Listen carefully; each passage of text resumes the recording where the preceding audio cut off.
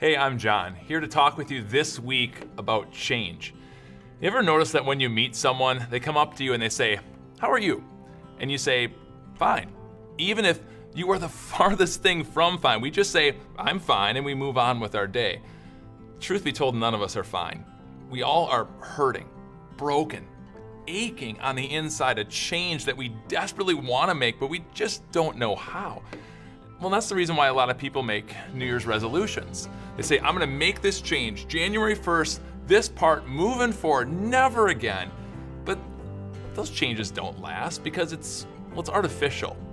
The motivation is off. Or maybe during the year, we do something just dumb and we go, "Man, what is wrong with me? I gotta finally make this change." But again, it doesn't happen. Well, Paul helps you out. Here in 1 Corinthians chapter 6, he gives a long list of all these different ways that people struggle to live for God. If you look at that list, you find yourself in there. I know that I do.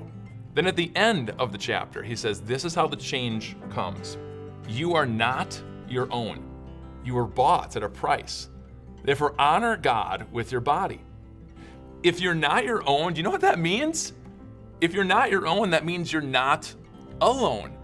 You can't make this change by yourself. I can't do it by myself. We need someone who is powerful, who's mighty to save. You and I were bought at a price.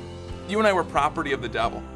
He had his grip on us, and Jesus saw you in your need and said, "I'm gonna step in, I'm gonna step up onto that cross and take all your pain, all of it away." And he bought you back.